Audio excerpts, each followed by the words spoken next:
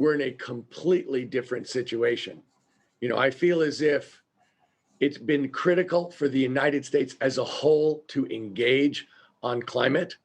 And I think we have a president who ran on it, who wants to lead on it, and who is going to let the United States as a country lead and compete around the world. And that's absolutely necessary, not just for the environmental impact, but also for us to create the kind of good paying jobs that Americans need and to deal with the pollution and environmental injustice that has characterized our society. So it's great to have a president who accepts the fact and looks to lead and live up to the promises he made in the campaign. Mr. Biden's climate orders are in direct opposition of former President Trump's policies. What will it take here to significantly roll back the damage when it comes to climate change from the previous administration, Tom? Well, I think Mr. Trump never dealt with the facts on the ground, and he put in a lot of executive orders that I believe that President Biden will successfully overturn. I think there's a bigger question, though, here. And that's this, are we in fact going to pass the Build Back Better plan that Joe Biden and Kamala Harris ran on, which is to rebuild America, create millions of good paying jobs?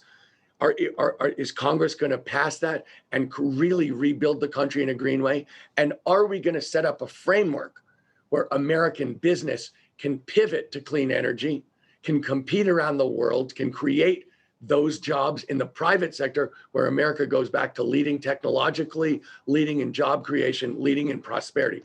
Those are two huge questions. I think President Biden has answered the question, is he going to undo what President Trump did?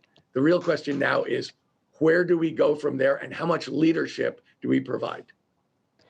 The fossil fuel industry is, of course, pushing back, no surprise. There are a lot of Republican criticism as well. What does President Biden need to do to pass meaningful bipartisan climate legislation here? Well, to be fair, I think the American people have moved on this. I think American business has moved on this, and that includes Republican voters. The majority of Republican voters want clean energy, knows we have to move to it, and are behind that. So I think this is a huge opportunity for us to pass that legislation. If you saw last week, GM said that they're going to only produce zero emission vehicles after 2035.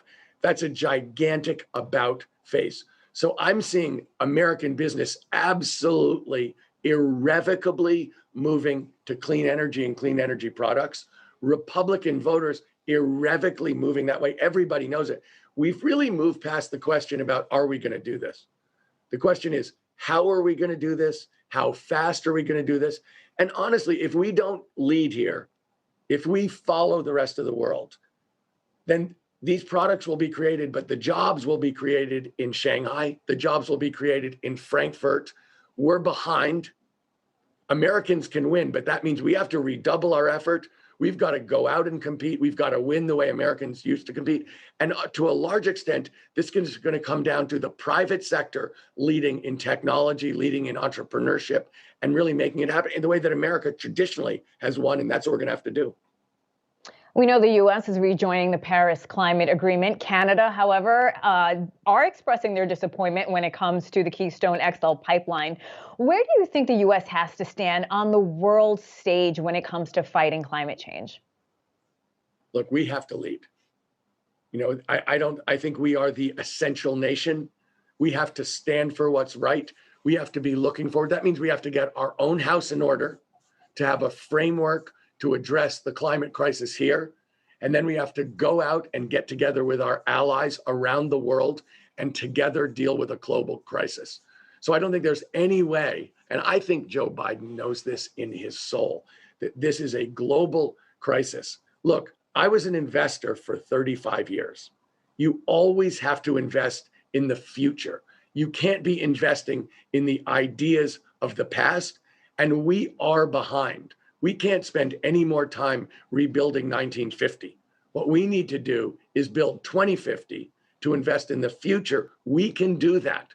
But every single idea and policy has got to drive towards that. And really, that's what the Biden-Harris administration is doing, is trying to put in place a framework that goes across departments, across policies and says, we're going to succeed, we're going to win, but we need to make sure the private sector is right along with it and is leading too.